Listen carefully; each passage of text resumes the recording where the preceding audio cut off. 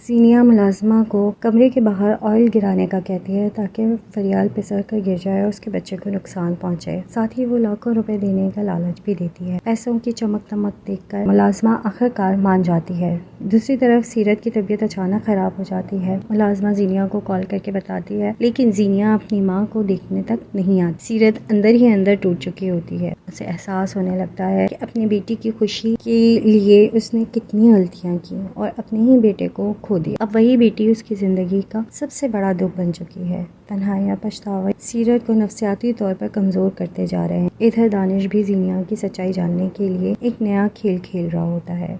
वो टीना को रोजी के नाम से जीनिया के सामने मुलाजमा बनाकर रखता है ताकि उसकी हर हरकत पर नजर रखी जा सके। लेकिन जीनिया भी कोई कम होशियार नहीं। जब रोजी उसके कमरे में चाय लेकर आती है, जीनिया जानबूझकर सोने के ड्रामा करती है और चोरी छुपे उसकी हरकतें देखने लगती है। एक दिन रोजी मौका देखकर जीनिया का फोन चेक करने और रूम की तलाशी लेने की कोशिश करती है, मगर रोजी एक बड़ी गलती कर बैठती है। रूम की चीजें इधर उधर कर देती है और एक ब्रेसलेट अपनी जगह पर वापस रखना भूल जाती है।